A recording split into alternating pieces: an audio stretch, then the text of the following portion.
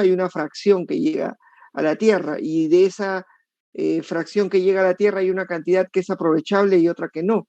Una porción que es reflejada por las nubes, que simplemente se difunde a través de la atmósfera, ¿no? Mientras que hay otra porción que sí puede ser aprovechada, ¿no? Acá en la gráfica, en el esquema, se puede apreciar cómo de ese 100% de radiación hay un volumen que es reflejado por las nubes, un 24%, y hay otra porción que es absorbida por la estratosfera, la troposfera, que de repente no es aprovechable, pero hay otra porción que sí es absorbida por el suelo, que podríamos aprovechar, otra que se puede también aprovechar, que es la radiación que cae difusamente porque incide directamente sobre las nubes y luego de las nubes es difundida hacia la superficie del suelo, ¿no?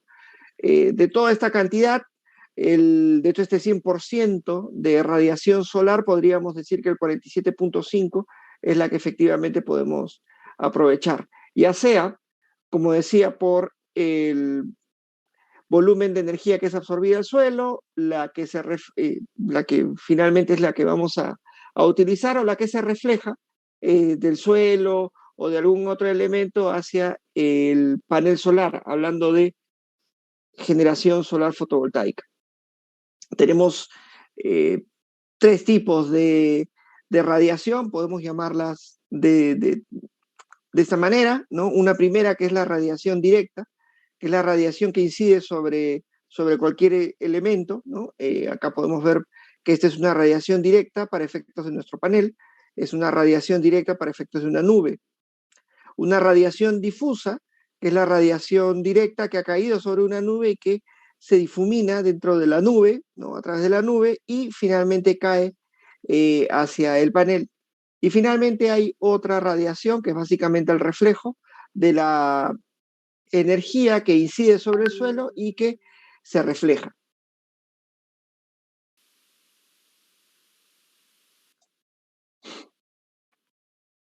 Esta radiación reflejada es importante, tomando en cuenta que de repente nuestro panel se ubique en alguna zona donde pudiera haber algún elemento que refleje de manera intensiva la energía o la radiación solar, como podría ser pues un conjunto de paneles ubicados en una zona cercana al mar,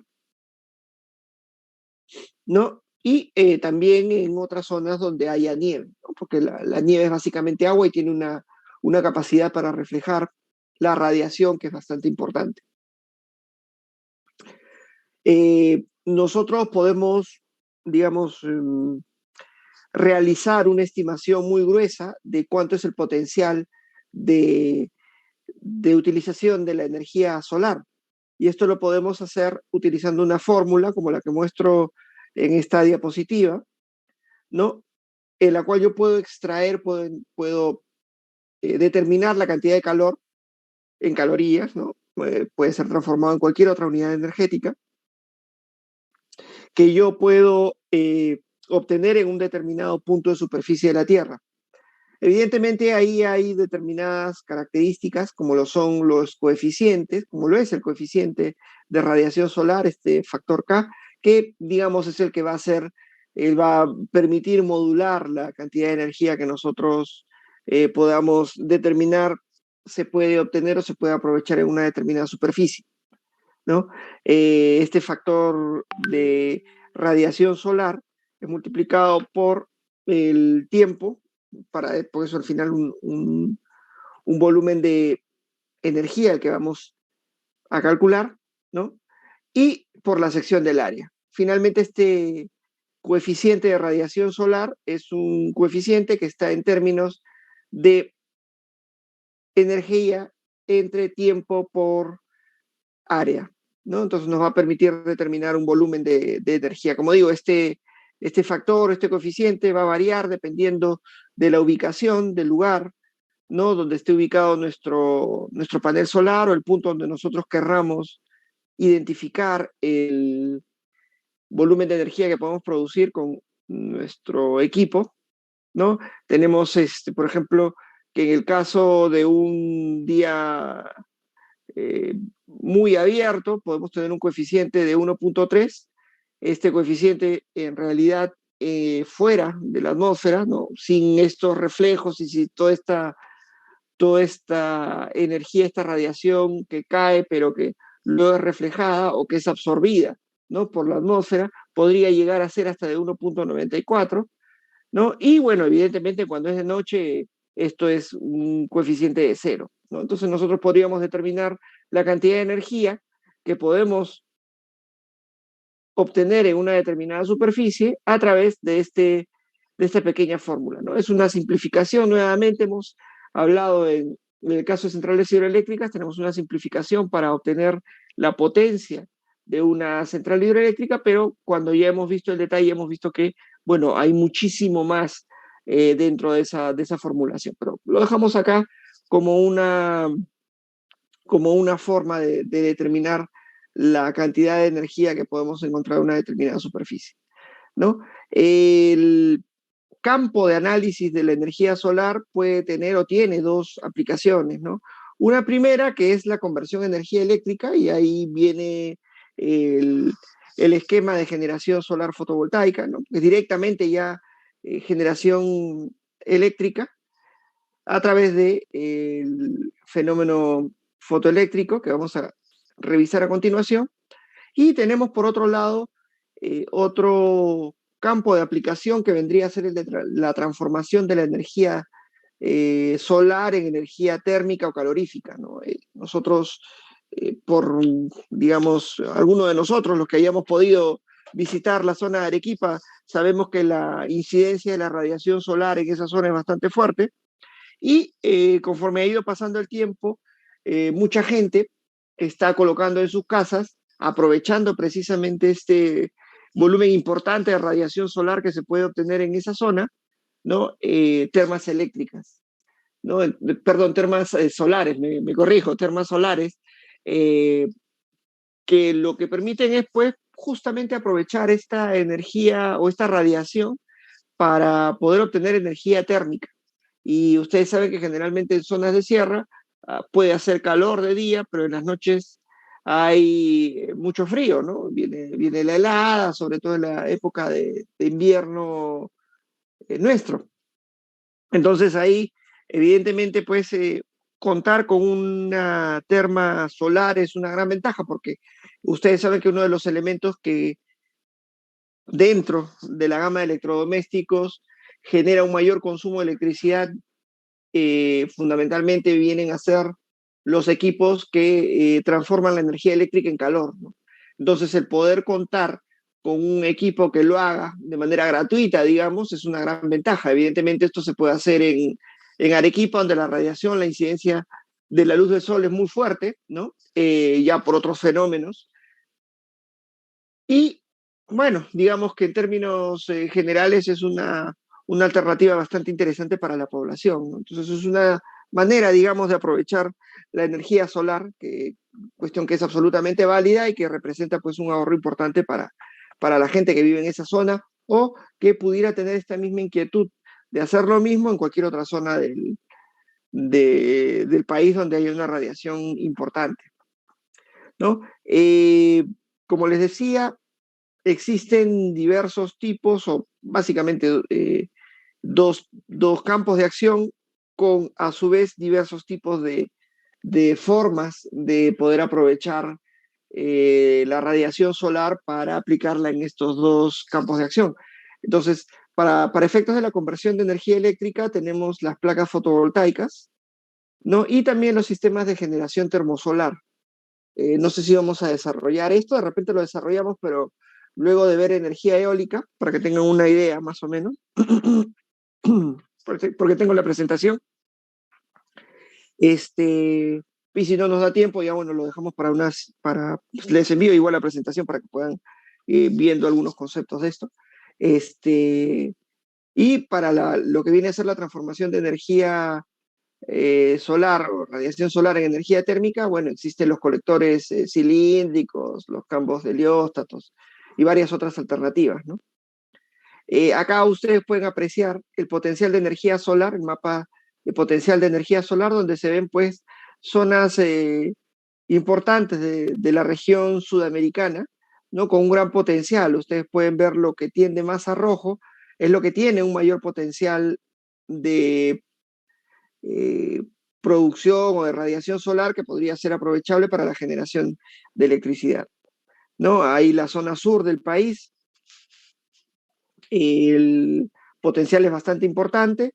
Este potencial continúa en la zona norte de Chile, en la zona este de Bolivia y también en el norte de Argentina, ¿no? Toda esta zona es una zona bendecida, digamos, con el recurso solar.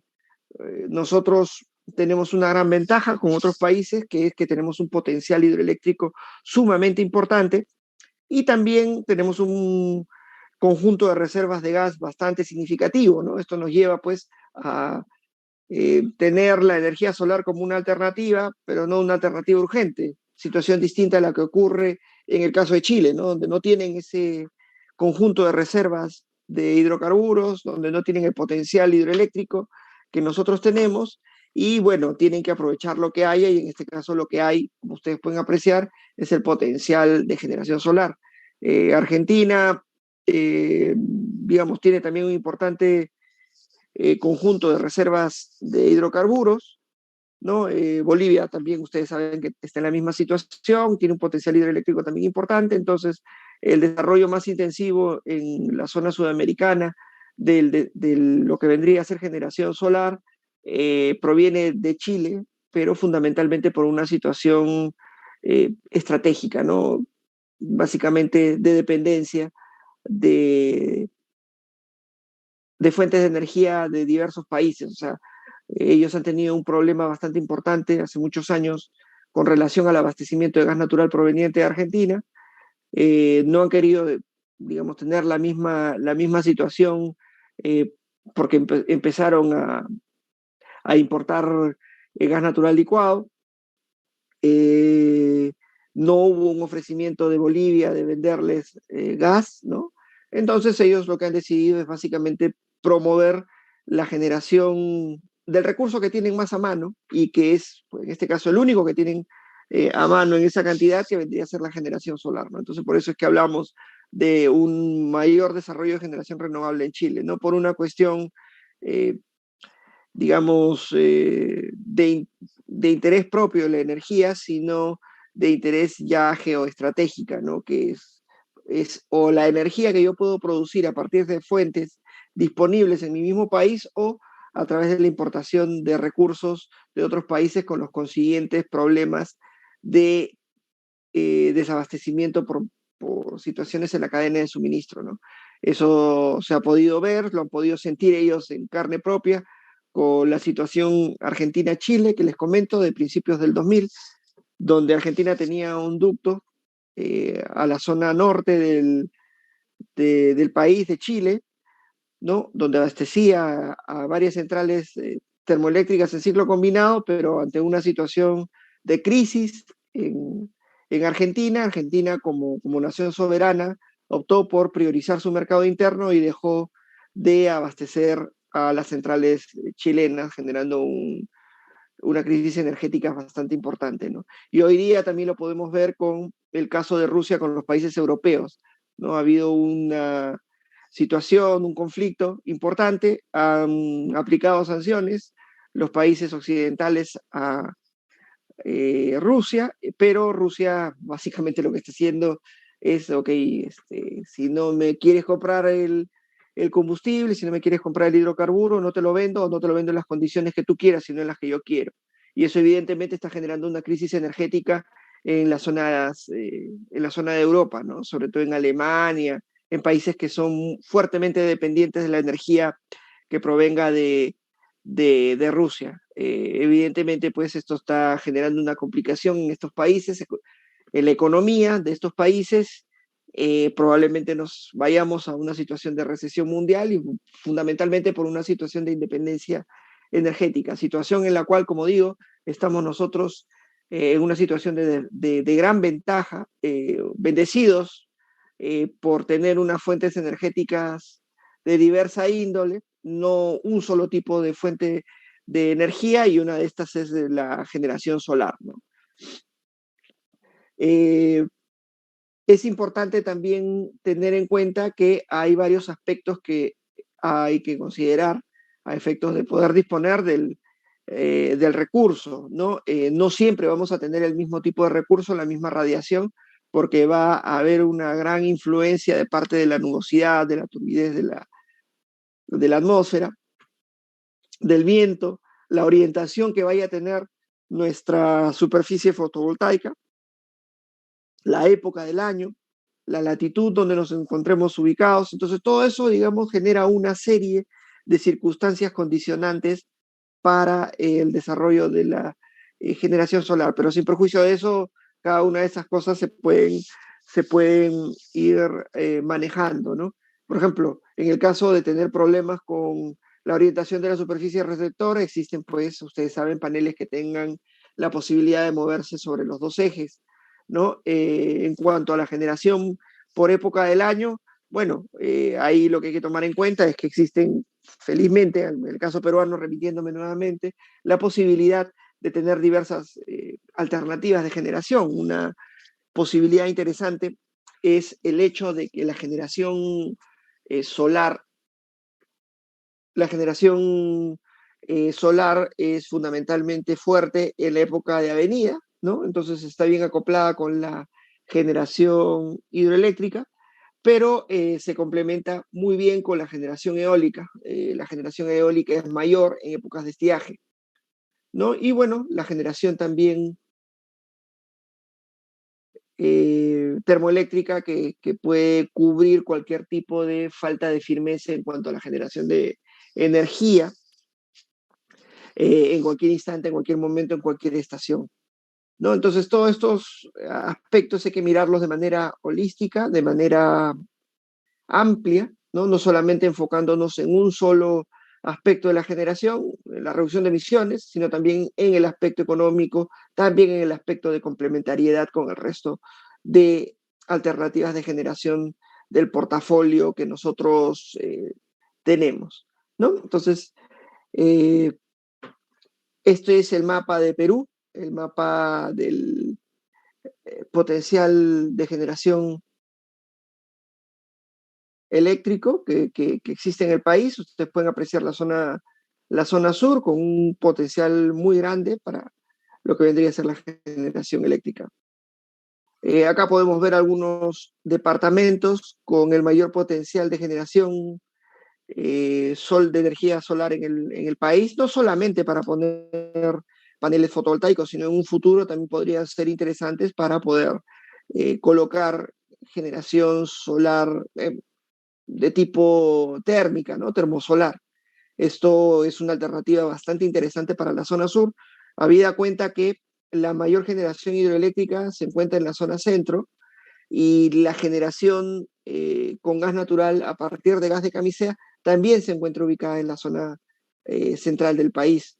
Entonces, en la zona sur, ante un incremento de demanda, las alternativas de generación con centrales ubicadas en eh,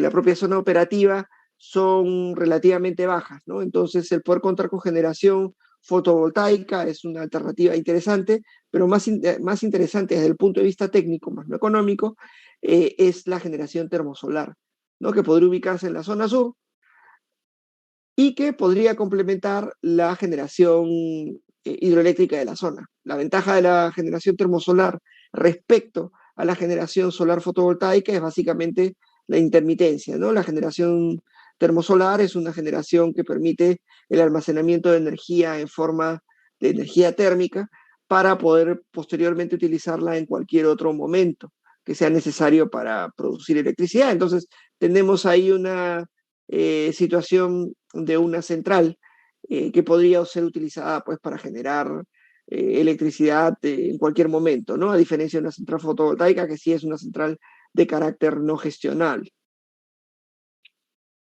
Y acá lo que yo les muestro básicamente es información de cómo podríamos nosotros a través de diversos aplicativos que existen disponibles para el común de las personas, ¿no? Diversas alternativas para poder obtener datos en relación a la generación, a la potencialidad y a la radiación solar en distintas zonas del país o del mundo en general, ¿no? Esto hace recordar mucho a lo que viene a ser, pues, el aspecto de la generación hidroeléctrica, donde también necesitábamos unas matrices de datos para poder determinar la potencialidad del recurso hidráulico en una determinada zona. Acá también van a haber algunos softwares que van a permitirnos identificar la potencialidad de la radiación solar en determinadas zonas o en la zona que nosotros estemos interesados, ¿no? Evidentemente que existen pues varias alternativas para este tipo de softwares o de aplicativos. Acá yo muestro uno de ellos, que es el SolarGIS, eh, donde básicamente lo que existe es una alternativa de prospección, donde nos van a pasar alguna data, ¿no? Una data muy general, este, no tan detallada, otra alternativa de evaluación, otra alternativa de monitoreo y otra alternativa de proyecciones, además, ¿no? Cada una de ellas tiene un determinado costo. Existe una alternativa gratuita, ¿no? Donde no vamos a tener muchos datos, algunos datos puntuales, donde podríamos nosotros ver de repente el promedio anual de radiación solar en un determinado punto. Y cada una de estas variables está correspondiendo a si es una radiación directa, una radiación difusa, un albedo, una radiación reflejada, ¿no? Al final nosotros, a través de la información y de la leyenda que nos da la propia página web, nosotros podemos identificar pues qué cantidad de energía podemos obtener a través de este aplicativo. Evidentemente, la información que vamos a obtener ahí no nos va a permitir, pues, a nosotros construir una central, ¿no? Porque una central requiere mucho mayor volumen de datos, mucha mayor robustez en cuanto a las matrices de información que nosotros tengamos para poder construir nuestra proyección de producción futura. Pero sí nos sirve para tener una idea muy general, ¿no? De la cantidad de radiación solar, de recurso solar que podemos obtener en una determinada zona. Ahora, también es cierto que el volumen de luz solar va a ser uno, pero va a estar también condicionado, o sea, digamos, nuestra central va a estar condicionada a poder aprovechar esa radiación solar por diversos tipos de accidentes o de topología de la propia zona en la cual se va a ubicar nuestro proyecto, nuestra central solar, y eso lo vamos a ver más adelante, ¿no? Ahora, esta es data, como digo, muy general, data de satélites, no tan detallada, no tan segura, no tan cierta, con una incertidumbre importante, porque, como digo, esta es una información muy general obtenida a través de satélites y de la construcción de algunas matrices sintéticas para obtener la información, ¿no? Nosotros, para tener una adecuada información, un registro de mediciones correcto, en el mismo sitio donde vamos a ubicar nuestro proyecto, debemos instalar algunos equipos, ¿no? En el caso de las centrales hidroeléctricas, y disculpen que siempre haga la referencia o el símil con las centrales hidroeléctricas, en el caso de las centrales hidroeléctricas, lo que tenemos es un aforo, ¿no? Es un conjunto de instalaciones que nos van a permitir tomar registros de medición cada hora, cada minuto, cada semana, ¿no? Para poder obtener el detalle de la disponibilidad de recursos hidráulicos. Acá, en el caso de la energía solar, vamos a tener dos tipos de equipos, ¿no? Vamos a tener estos piroheliómetros que lo que hacen es registrar la radiación directa, ¿no? Sobre una determinada superficie, en un determinado punto. Si se dan cuenta acá en la foto, está tomando la información, pero está también tomando en cuenta los cerros y los accidentes geográficos o las propias instalaciones o los propios edificios que se encuentran en las zonas aledañas. Entonces ahí vamos a tomar información ya no a nivel de satélite, que no va a tomar en cuenta todos estos aspectos, estas características propias de las zonas donde se va a ubicar la central, sino vamos a tomar información muy, muy, muy certera, muy cierta del lugar donde vamos a colocar el proyecto, ¿no? Entonces el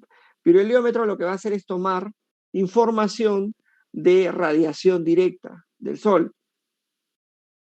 Y por otro lado tenemos el otro equipo, que es el piranómetro, que es básicamente un equipo similar al pirheliómetro, pero que además de tomar el registro de medición de la radiación directa, también toma el registro de medición de radiación difusa, ¿no? Está haciendo una medición, digamos, en 360 grados, perdón, en 180 grados, ¿no?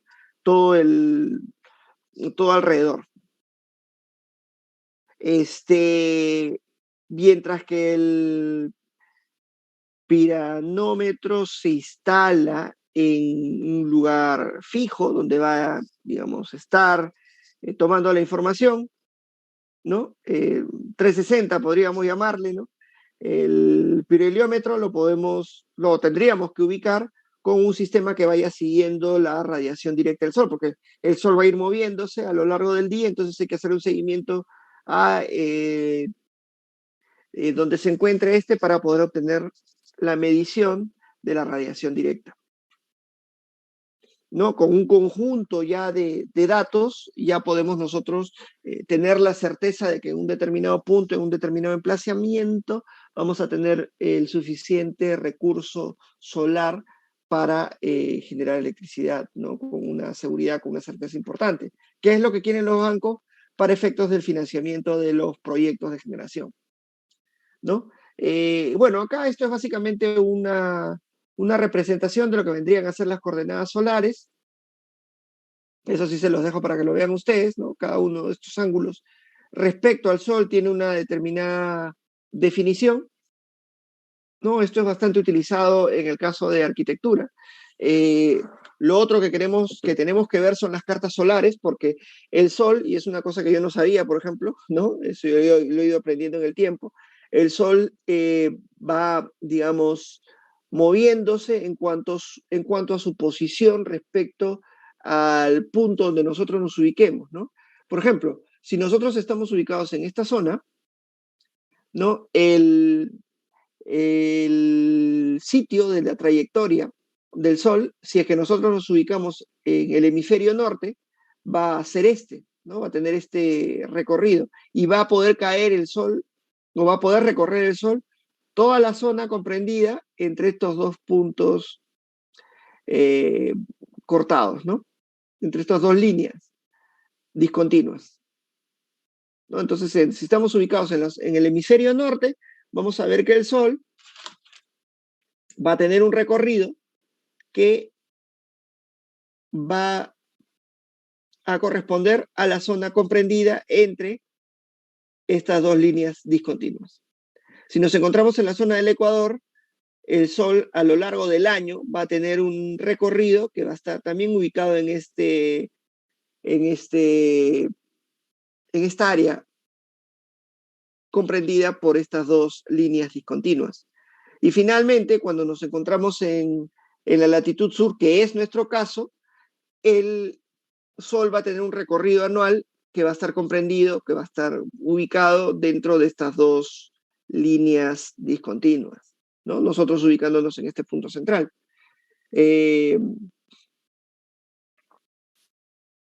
Esto básicamente porque el sitio, la ubicación de la Tierra respecto al Sol va a depender del hemisferio donde nos encontremos. Y eso además va a ir variando a lo largo de los días, a lo largo de los meses, ¿no? Porque hacemos la distinción de que el Sol va a tener un recorrido a lo largo o en todo este conjunto de área ubicado o delimitado por estas líneas discontinuas, pues básicamente porque el Sol puede empezar, y eso lo vamos a ver acá, ¿no? Esta es una carta estereográfica de donde se encuentra la facultad, prácticamente el Ecuador, ¿no? Donde lo que nosotros podemos apreciar es que por el mes de diciembre debería ubicarse por esta zona, y conforme va pasando el tiempo hasta llegar a junio, se ubica acá. Una vez que pasa junio y pasamos a julio, agosto, otra vez empieza a regresar, ¿no? Ese es el recorrido que hace el Sol. O sea, el Sol no va a tener la misma incidencia, no va a tener el mismo recorrido en nuestra esfera, en la media esfera que se encuentra sobre nosotros a través del año. O sea, no va a salir por el mismo sitio y se va a poner también por el mismo sitio, eso es cierto, ¿no? Pero el recorrido que va a hacer sobre la esfera, sobre la media esfera que se encuentra sobre nosotros, sí va a ir variando a lo largo del tiempo, va a ir variando a lo largo de los días, a lo largo de los meses, ¿no? Entonces, nosotros podríamos estar ubicados en esta zona, en este punto, y vamos a ir viendo cómo, si es que partimos de diciembre, vamos a tener este recorrido, y este recorrido va a ir variando a lo largo del año, ¿no? Acá ustedes pueden ver también la hora, ¿no? Mientras más cercanos nos encontremos al, al periodo de avenida, el periodo de verano, este, los, las horas a las cuales se va a poner el sol siempre van a ser mayores, ¿no? Mientras que si estamos en pleno invierno, la hora en que se pone el sol va a ser menor, ¿no? Va a ser una puesta de sol más temprana, ¿no? Eso es lo correcto. Y la otra, que es la carta cilíndrica, que es la que va a tomar en cuenta, además de la variación del recorrido del Sol a lo largo del año, también va a tomar en cuenta las instalaciones, los edificios que se encuentran en el horizonte, que va a mirar directamente a nuestro panel solar, ¿no? Acá, por ejemplo, imagínense que nosotros estamos en un edificio que está frente a a un conjunto de edificios, ¿no? Nosotros nos encontramos en la parte de frente de nuestras pantallas, ¿no? Ahí vamos a instalar nuestro panel solar, y si bien es cierto, va a haber sol durante todo el año, ¿no? Va a tener recorrido, dependiendo del mes del año, y como consecuencia de que existen determinados edificios, determinadas instalaciones en nuestro horizonte, vamos a poder aprovechar más o menos el, el sol y su radiación a lo largo del tiempo, ¿no? Acá, por ejemplo, podemos ver que a las 2 de la tarde, para el mes de junio, vamos a tener un determinado volumen de radiación solar, eso va a ser positivo, ¿no? Pero si estamos en marzo, ahí sí va a llegar a una oposición, y a las 3 de la tarde ya no vamos a tener nada, ¿no? Es más, cerca a las 2 de la tarde ya no vamos a tener nada de radiación solar. Entonces nuestra producción, para el caso del panel ubicado frente a estas instalaciones cuya sombra podemos apreciar, va a ser muy bajo, ¿no? En el mes de marzo, en el mes de febrero, ¿no?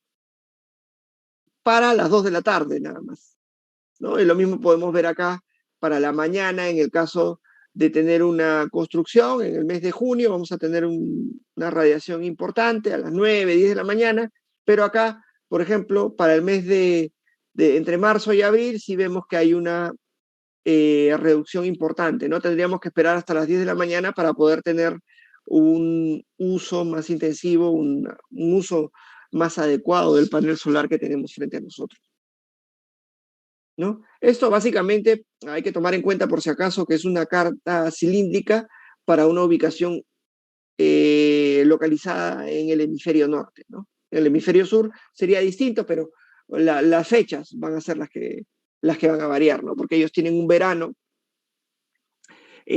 fundamentalmente opuesto a nuestro periodo de invierno, ¿no? O sea, nosotros estamos en invierno y ellos están en pleno verano, y en junio es donde tienen mayor radiación, ¿no? Acá más bien nosotros nos ubicaríamos al revés.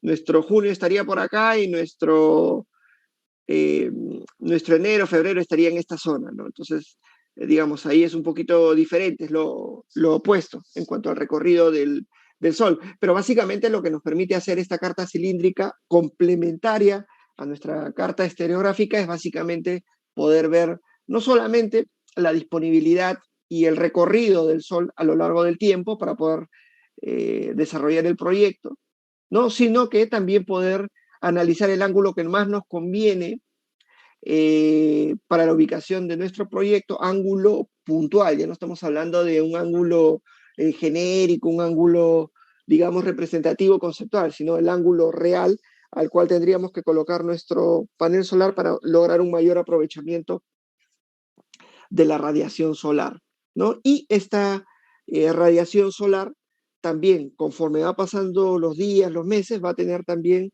un recorrido distinto y ese recorrido distinto hay que tomarlo en cuenta para efectos del diseño de nuestra central, ¿no? Entonces, todos estos aspectos son bastante claves para el desarrollo de nuestro proyecto. ¿Ok? Bueno, acá también tenemos otra carta cilíndrica, una carta cilíndrica de nuestra facultad, ¿no? Acá podemos ver los meses de acuerdo al recorrido, ¿no? A lo largo de los días, de los meses del año, ¿no? Acá están puntuados, nosotros lo podemos ver. Y de hecho, lo que yo les dejo en esta diapositivas que les voy a pasar ahora son básicamente las páginas web donde ustedes pueden obtener esta información, ¿no? Que es información de carácter público. ¿Ok? Entonces, aterrizando todo lo que estamos hablando y poniéndolo todo en blanco y negro, tenemos que la energía solar puede ser aprovechada a través de paneles fotovoltaicos, ¿no? Como generación de electricidad. Y tenemos también que la energía solar puede producirnos energía termosolar, ¿no? Energía térmica.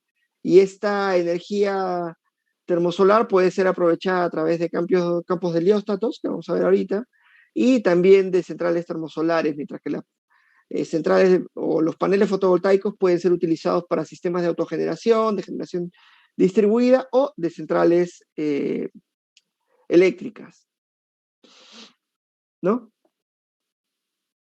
Esto básicamente es un esquema de transformación de energía, donde vamos a tener cómo, digamos, realizamos la transformación de la energía solar luminosa a energía eléctrica, ¿no? Pasando a través de células fotovoltaicas. El esquema de transformación de energía en una central fotovoltaica es muy simple, mientras que el esquema de transformación de energía en una central termosolar es más complejo, ¿no? Porque hay una incidencia de la energía solar, esta energía solar tiene que concentrarse y a partir de eso se genera pues una energía térmica que luego es transformada en una energía mecánica que permite la generación de electricidad a través de una turbina a vapor, ¿no? Entonces, ya sabemos cómo determinar la radiación, ¿no? Cómo podemos determinar el recorrido del Sol a lo largo del tiempo, dónde se va a ubicar esto. Ya tenemos, digamos, nuestras matrices de caudales, si es que hacemos el símil con las centrales hidroeléctricas, y ahora nos toca entender la tecnología, ¿no? La tecnología en este caso de los paneles fotovoltaicos, ¿no? Acá, por ejemplo, lo que vamos a ver es que existen dos tipos de elementos constitutivos del átomo, eso no tengo por qué explicarlo, ya lo sabemos todos, ¿no? De colegio, núcleo y electrones. Lo que vamos a tener es básicamente un conjunto de moléculas que van a estar enlazadas, en este caso estamos viendo un conjunto de moléculas de silicio enlazadas por unos enlaces covalentes que tienen unos par de electrones en cada una en cada uno de los puntos del átomo, ¿no? Y en realidad, bueno, esto es una representación gráfica, pero nosotros lo que tenemos que tomar en cuenta es que podríamos simplificar las cosas a tener tres tipos de materiales. Un material conductor, que es aquel en el cual tenemos enlaces covalentes donde, digamos, en la última órbita del átomo hay un electrón que puede salir, puede ser extraído fácilmente con una inversión de energía muy pequeña, ¿no? Y este electrón puede fluir libremente a lo largo del material, ¿no? Entonces un conductor es un material que tiene electrón o dos electrones en la última órbita que puede ser extraída, este electrón, estos electrones, de manera sencilla con una inversión mínima de energía. ¿No? Ese es un conductor, un aislante es aquel que tiene pues un conjunto de electrones, podríamos decir hasta 4 electrones, 4, 5, 6, un conjunto importante de electrones. Fundamentalmente podemos decir que entre 6 y 8 electrones en la última órbita y que para poder extraer esos electrones de su última órbita tenemos que hacer una inversión importante de energía, ¿no? Y los materiales del tercer tipo vendrían a ser los materiales semiconductores, que no son ni conductores ni aislantes, y que tienen un número de electrones en su última órbita que puede ir entre 3, 4 electrones, ¿no? Entonces pueden ser, digamos, materiales que tengan un comportamiento tanto de conductor como de aislante dependiendo de las circunstancias, ¿no? Entonces lo que nosotros tenemos que tomar en cuenta es que para poder, digamos, aprovechar el fenómeno fotoeléctrico tenemos que utilizar, tenemos que hacer uso de materiales semiconductores, ¿no? Lo bueno de estos materiales semiconductores es que tienen en su enlace, en sus electrones de valencia, en los enlaces covalentes, estos que se encuentran en la última órbita del átomo, un conjunto de electrones y también de huecos donde podrían ir electrones, ¿no? Y que, digamos, son elementos a los cuales una relativamente pequeña inversión de energía a través de radiación solar eh, puede permitirnos mover los electrones de la última órbita, ¿no? Entonces, esta radiación solar que incide sobre la superficie de este material, lo que hace es crearnos áreas donde hay más carga positiva y otras donde hay más carga negativa, ¿no? Generando una corriente eléctrica.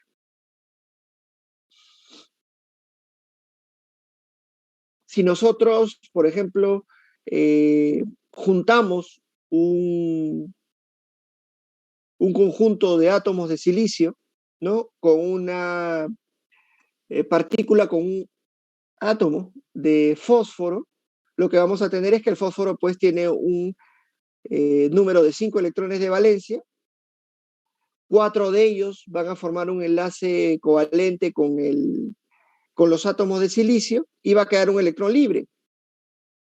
Y eso podríamos llamarle un semiconductor de tipo N. Es un material que va a tener silicio y va a tener también fósforo. El fósforo, como digo, tiene 5 electrones de valencia, va a formar un enlace covalente con 4 de los electrones que tiene para con el silicio y va a quedar un electrón libre. Y por otro lado vamos a tener los semiconductores de tipo P, ¿no? En este caso podríamos hablar de de un material que tenga silicio, pero que también tenga boro. El boro no es que tenga 5 electrones de valencia, tiene 3 electrones de valencia y va a formar un hueco, ¿no? Con el átomo de silicio con el que tenga que interactuar. Porque va a tener 3 electrones de valencia, estos 3 electrones de valencia van a formar un enlace covalente con los átomos de silicio, pero con uno de los átomos de silicio que se encuentra a su alrededor no va a poder y va a tener un hueco. Un hueco es básicamente una carga positiva, ¿no? Entonces lo que nosotros tenemos que hacer es juntar los dos tipos de materiales, el material tipo N, que es el que está, digamos, teniendo un superávit de electrones, con un material tipo P, que tiene un déficit de electrones y que más bien lo que tiene es un superávit de huecos, ¿no? Entonces lo que va a pasar cuando juntemos ambos materiales es que los electrones van a tender a viajar para este sentido, ¿no? Por eso es que pasan de esta zona hasta esta zona la cargan negativamente, ¿no? Y van a generar una corriente eléctrica. Entonces lo que vamos a tener que lograr es que tengamos un material tipo N, que el material tipo N, como lo habíamos mostrado acá, es el material que va a tener en exceso el electrón, ¿no? Para que este material tipo N con exceso de electrones, al llegar la luz incidente, porque la luz básicamente son fotones con una carga energética, puedan empujar a los electrones que se encuentran en esta zona para que pueda fluir la electricidad, ¿no? ¿Hacia dónde? Hacia el material tipo P, que es el material que va a tener, pues, el hueco o los huecos para poder ser cubiertos con este volumen de electrones que vienen de la otra zona, ¿no? De la zona del silicio tipo N. Entonces, acá tenemos una explicación muy sencilla de por qué los paneles fotovoltaicos no son eternos, ¿no? Sino que se van a ir desgastando conforme va pasando el tiempo, porque conforme va pasando el tiempo hay flujo de electrones de la zona de tipo N hacia la zona de tipo P, ¿no? Pero mientras, claro, existe este flujo de electrones, de todas maneras se va a generar una diferencia potencial, por lo tanto se va a generar una corriente eléctrica y esa es la corriente eléctrica, esa es la energía que nosotros podemos aprovechar. Ok, entonces es una explicación bastante sencilla de cómo funciona este fenómeno fotoeléctrico y cómo se genera la electricidad. Ok, básicamente tenemos ahora que tomar en cuenta, luego de ya haber entendido cómo funciona el fenómeno fotoeléctrico, tenemos que tomar en cuenta las curvas características de nuestro panel solar, ¿no? Que básicamente está determinado por la radiación solar y por la temperatura ambiente. Entonces vamos a tener determinadas características específicas para cada uno de estas variables, ¿no? Denme un segundo, por favor.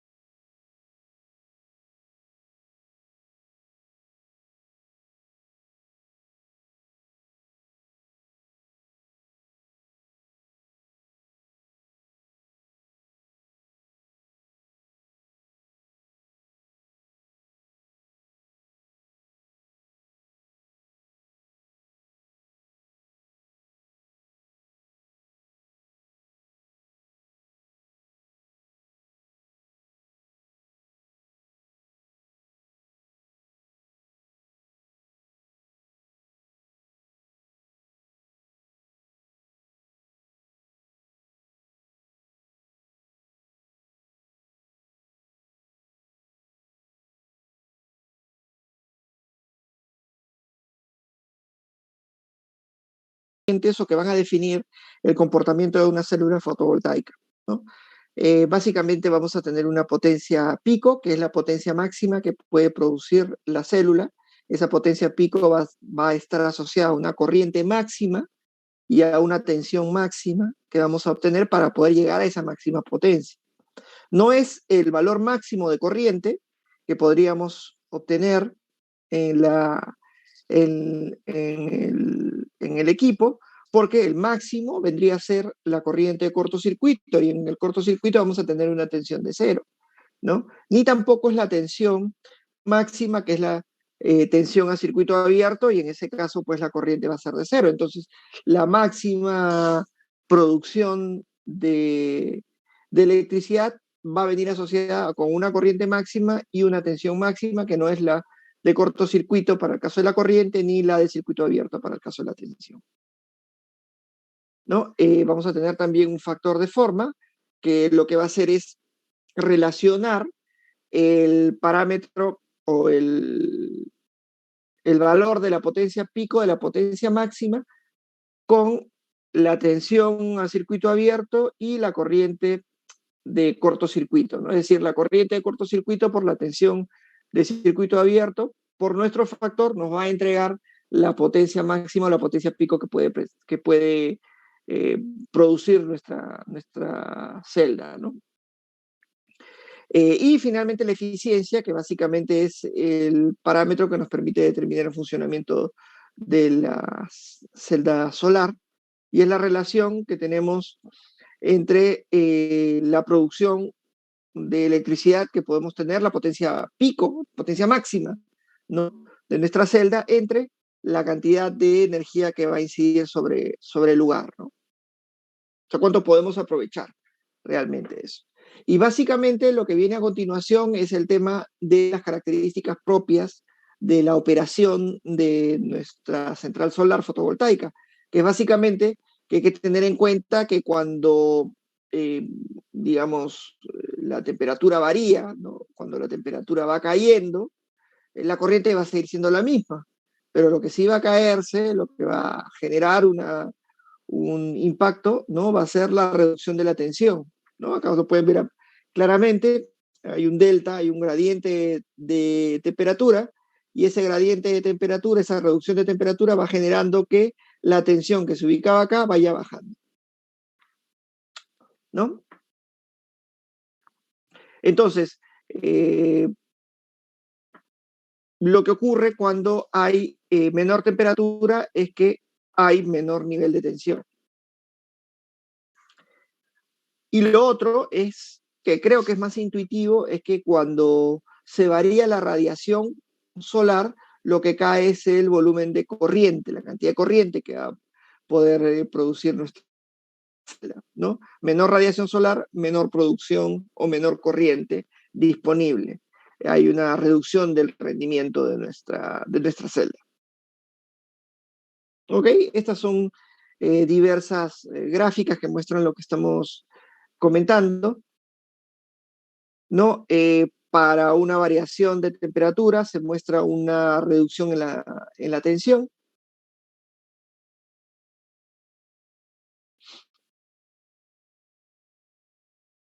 Y bueno, estas son características propias del tipo, de los tipos de paneles solares que existen en el mercado.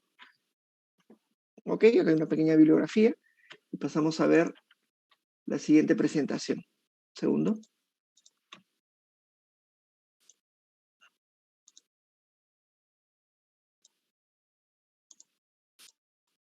Nuestra siguiente presentación está básicamente basada en lo que vendría a ser el desarrollo de un proyecto de generación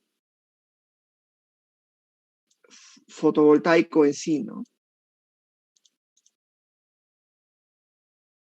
Bueno, esto ya lo habíamos visto, ¿no? El sistema de generación eléctrica típico, que es básicamente un conjunto de paneles fotovoltaicos, van a haber algunos inversores, y bueno, el centro de control y bueno, todo el equipamiento para poder, toda la paramenta para poder sacar la electricidad de la zona de producción, ¿no? Acá se puede ver un poquito más claro, están los paneles fotovoltaicos, sus ordenamientos en serie y paralelo, ¿no? Los respectivos inversores que van a cambiar el tipo de corriente, la energía que está en continua, ¿no?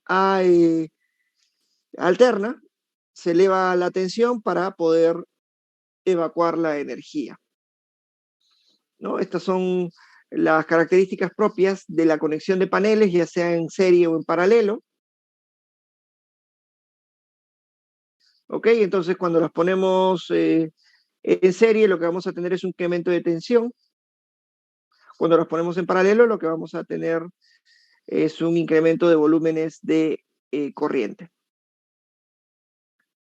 El otro tema que tenemos que tener en cuenta es el manejo de las sombras. Cuando una sombra afecta de la manera que estoy mostrando a un arreglo de paneles solares, acá lo que estoy haciendo es básicamente tapar, matar todo el volumen de producción, ¿no? Esto lo que va a hacer, si es que tenemos el ordenamiento de esta manera, ¿no? Es básicamente hacer de que todas estas celdas, todos estos paneles no generen, mientras que con un arreglo que básicamente reduzca o que incida sobre esta porción de nuestro arreglo de paneles fotovoltaicos, va a tener una reducción de solo el 25%, ¿no? Esto es muy importante para efectos del diseño de nuestra central fotovoltaica. No hay que tener en cuenta no solamente el ángulo, por el manejo de las sombras que hemos hablado anteriormente y del recorrido del Sol a lo largo del año por la bóveda celeste, sino también de qué manera va a realizarse el arreglo de las celdas de los paneles fotovoltaicos, ¿no? Para evitar situaciones como las que se muestran en el lado izquierdo, donde tenemos reducciones de rendimiento del 100% o producción cero de nuestro proyecto, de nuestra central fotovoltaica, ¿no? Bueno, esto es más, básicamente esta es la celda, el módulo y ya un arreglo de una central fotovoltaica. Lo que hay que tomar en cuenta es que podemos tener varios tipos de arreglos, ¿no? Un arreglo sin movimiento, donde hay un solo ángulo de incidencia del sol. Eso es un poco peligroso porque ustedes saben, como han visto ya en las cartas estereográficas y en nuestra carta cilíndrica, que esto va a ir variando a lo largo del tiempo. Y nosotros lo que queremos es que haya una incidencia perfecta sobre la superficie de nuestro panel para tener un mejor aprovechamiento de la radiación solar, ¿no? Entonces ese panel sin movimiento es más barato, pero no permite un aprovechamiento máximo.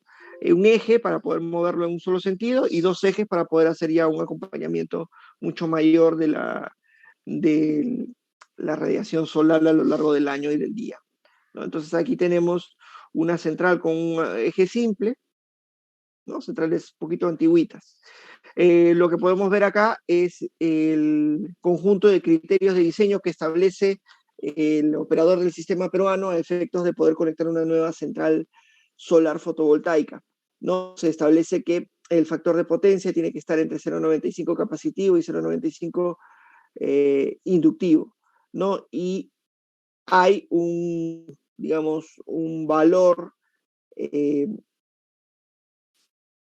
que va a hacer que se puedan mover en un determinado rango las potencias totales, ¿no? El rango de operación del factor de potencia de la central fotovoltaica es el que nosotros, bueno, no solamente central fotovoltaica, porque esto aplica también para las centrales eólicas, ¿no? Lo que pasa es que el manejo de la tensión es un tema complicado en este tipo de centrales.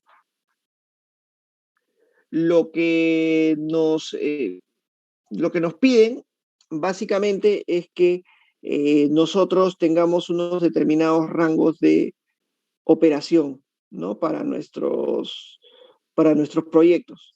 O sea, lo que dicen es que el rango de operación va a estar entre 0,95 capacitivo, 0,95 inductivo, y que este rango de operación tiene que mantenerse para las potencias entre el 20% y el 100% de la capacidad de nuestro proyecto, ¿no? Acá lo pueden ver claramente, que entre el 0,95 inductivo y 0,95 capacitivo deben de mantenerse tranquilamente las potencias de producción de nuestra central. Entonces, nuestra central, si está entre el rango de operación de 1 PU o 0,2 PU, tiene que ser capaz de operar en este rango de operación, 0,95 inductivo, 0,95 capacitivo. Pero si el rango de operación es menor, tal como se muestra en la gráfica, entonces nuestro rango de factor de potencia también tiene que variar, ¿no? Estando en el caso de encontrarnos dentro del 10%, únicamente el 10% de la capacidad máxima que puede producir nuestro proyecto, nuestra central, entre el 0,975 capacitivo y 0,975 inductivo. El otro gran problema que tiene nuestro proyecto es que el proyecto tiene que tener de alguna manera algún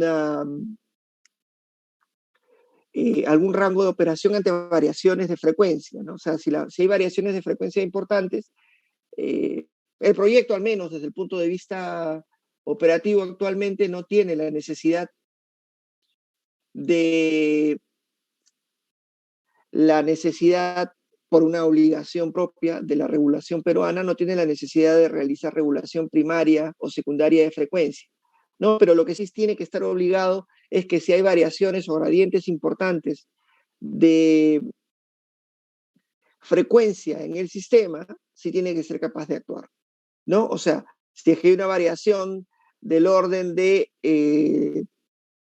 57 Hz o 57,8, si es que la frecuencia se encuentra en ese rango, la central debería ser capaz de disparar dentro de los 10 segundos, ¿no? Si, por ejemplo, nosotros nos encontramos en un rango de frecuencia entre 61.6 y 62, la central debería ser capaz de disparar dentro de los 30 segundos. Si la frecuencia es mayor de 62, debe de disparar prácticamente de manera inmediata 0.3 segundos. Como digo, no hay una obligación establecida dentro de las normas vigentes para que puedan realizar regulación primaria y regulación secundaria de frecuencia. No sabemos si eso va a cambiar en el tiempo, ¿no? Porque al final las centrales de generación renovable no gestionable son las principales productoras o las principales fuentes de necesidad de regulación de margen de reserva o de reserva rotante para regulación secundaria de frecuencia. Pero bueno, ahorita la normativa vigente no les exige realizar ninguno de estos dos servicios, ¿no? Al resto de centrales convencionales, vale decir, se les obliga a realizar el servicio de regulación primaria de frecuencia, mientras que el servicio de regulación secundaria de frecuencia es un servicio básicamente remunerado, ¿no? Opcional, y que cada empresa que ofrezca dar el servicio recibe una remuneración por eso. Pero en el caso de las centrales no convencionales no tienen obligación de hacer ni uno ni otro servicio, ¿no? Entonces, a pesar de que no tienen esa obligación, de todas maneras tienen la obligación de tener determinados disparos, determinados comportamientos frente a gradientes de frecuencia, ¿no? Lo que yo les puedo decir es que no estoy seguro que esa excepción que es aplicable actualmente a este tipo de tecnologías vaya a continuar en el tiempo, porque evidentemente no es muy justo, ¿no? Que siendo los principales productores de un tipo de requerimiento para con el sistema, no haya la posibilidad de que también haya una inversión conjunta para que puedan ayudar a atenuar ese requerimiento de regulación secundaria de frecuencia. El otro punto, el otro criterio de diseño es básicamente el tema de la conexión, que tiene que tener un transformador, ¿no? Con conmutador de tomas bajo carga, es decir, que se pueda cambiar los taps del transformador estando conectado, habiendo inyección de energía al sistema para poder tener un mejor control de la tensión, ¿no? Y bueno, algunos otros criterios de diseño en cuanto a lo que vendrían a ser huecos de tensión y también respuestas a fallas para las protecciones, para el sistema de protecciones, ¿no? Básicamente acá lo que podemos ver es el esquema clásico de los paneles solares fotovoltaicos, el inversor, que es muy importante, y finalmente ya lo que vendrían a ser el transformador elevador, toda la subestación de salida hasta la evacuación de la energía, ¿no? Acá lo que podemos apreciar es el criterio de confiabilidad, ¿no? Que habíamos hablado tanto al principio del curso, donde hablábamos de que habían algunas centrales hidroeléctricas que de repente al estar en sistema aislado era imposible que colocáramos un solo grupo de generación, tendríamos que tener dos o tres para mantener la confiabilidad. En caso de falla de alguna de las unidades, en caso de mantenimiento de algunas unidades, el resto podría seguir inyectando energía al sistema. Lo mismo aplica para las centrales solares fotovoltaicas, ¿no? En las cuales si tenemos un solo inversor y este inversor tiene que entrar en mantenimiento o tiene alguna falla, ¿no? Nos va a sacar fuera de servicio toda la central. Pero si nosotros tenemos un conjunto de inversores, ahí lo que vamos a tener es un mayor nivel de confiabilidad.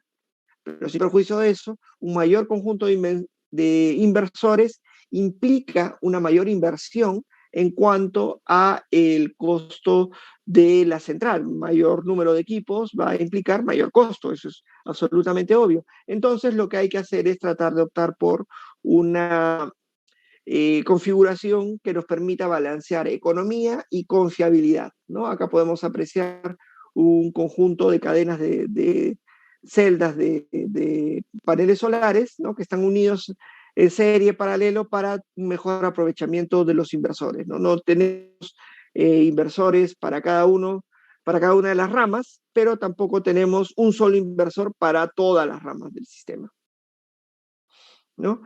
Bueno, acá podemos apreciar esta variación en cuanto al tema de la radiación solar, ¿no? En la zona del hemisferio norte, el, el verano se da fundamentalmente en esta época, en la época actual, entre mayo, junio, julio, ¿no? Ahí vemos la salida, la producción para el 5 de mayo, ¿no? En pleno verano, para una central ubicada en Estados Unidos, mientras que en la época de invierno, para ellos 25 de marzo, vemos que hay una mayor intermitencia, una reducción en la producción de la central solar, ¿no? Y finalmente, lo que quería mostrarles era este tema de los paneles bifaciales, que es una tecnología que lo que permite es utilizar o aprovechar la radiación solar directa, la radiación solar difusa y también el albedo, es decir, aquello que refleja de la superficie del suelo, de la superficie del material adyacente, del hielo, de la superficie del mar, y nos permite un incremento importante en la eficiencia del panel, ¿no? Acá lo que van a tener ustedes es este panel bifacial, que lo que va a tener es este material tipo P, este semiconductor tipo P, en la cara que está incidiendo, en la que está incidiendo la radiación solar directamente, nuestro silicio tipo N en el medio, y acá como un sanguchito, en la otra tapita, ¿no? De material semiconductor tipo P. ¿Para qué? Para poder recibir la energía, la radiación que incide por reflejo. ¿Ok? Otros aspectos importantes, el tiempo de vida útil. Antes se pensaba que las centrales fotovoltaicas, los paneles fotovoltaicos tenían una vida útil de 20 años. Ahora se sabe que pueden ir por, ¿no? 25 años, 30 años, pero lo que hay que tomar en cuenta es que hay una degradación por efecto de esta, eh, digamos, este flujo de electrones de un material hacia otro, ¿no? Esto no es infinito en el tiempo y hay una degradación que puede contabilizarse aproximadamente en el 0.5% anual de la potencia producible y la potencia pico, ¿no? Esto nos lleva a una situación en la cual algunos paneles tengan que ser identificados adecuadamente para que puedan ser cambiados, para que haya una renovación anual, ¿no? Esa renovación anual, ese OPEX anual en el cual vamos a estar invirtiendo, nos va a permitir ampliar, pues, finalmente la vida útil del proyecto. Si antes un banco financiaba un proyecto de generación solar fotovoltaica con un tiempo, digamos, de vida útil de 20 años, ahora lo que nos permite ese banco es realizar digamos, tranquilamente proyecto con una vida útil de 25 o 30 años, ¿no? Claro, evidentemente tenemos que poner esta degradación y también la renovación anual a través del costo de mantenimiento, ¿no? El costo de mantenimiento se incorpora dentro de esta ecuación que va a permitirnos a nosotros obtener el financiamiento, no considerando pues una degradación anual, pero una mayor vida útil, con un costo de inversión asociado al cambio de paneles determinados por la degradación propia de su utilización. ¿Ok? Entonces, esto vendría a ser lo que es generación solar, ¿no? Vamos a ver si nos da tiempo para poder ver centrales termosolares, eso lo veríamos al final de la siguiente clase, que vendría a ser de centrales eólicas. ¿Ok? Les estoy pasando la práctica el día de hoy, el día viernes, la segunda práctica, por si acaso, el día viernes hasta las 12 del mediodía me la pueden entregar, me la envían vía correo electrónico al correo que les diga, ¿ok? No quiero, por favor, que me vayan a estar mandando la práctica a otro correo o me vayan a dar la excusa que lo han enviado a otro correo y después me dicen, no, acá te reenvío lo que te envié hace 2, 3, 4, 5 semanas. No, eso no lo voy a aceptar porque no es razonable, ¿no? Estoy siendo bien claro que por favor me envíen la práctica al correo electrónico que les voy a alcanzar. ¿Ok? Una práctica sencilla, una práctica similar a la que se han tomado en otros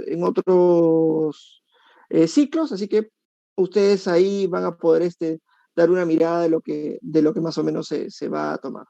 ¿Ok? Entonces, si no hubiera nada más, quedamos así y estamos en contacto. Hasta la próxima semana. Nos vemos. Sí, claro, voy a mandar el correo voy a usar el correo al cual tienen que escribirme, y además, dentro del mismo correo, va a decir el correo al cual me van a enviar la práctica, ¿no? Para que no me vayan a enviar la práctica a otro correo. Me han mandado correos, oh no, pero yo te lo he mandado a tu email. ¿Qué email? Uno de un pata que tiene el mismo nombre que yo, pero que yo no conozco, ¿no? Cosas así. Entonces yo me quiero evitar ese tipo de situación. ¿Ok? Estoy siendo bien explícito en cuanto a lo que es el envío de la práctica. ¿Hasta cuándo se puede enviar, ingeniero? Viernes, eso lo voy a dejar en el correo.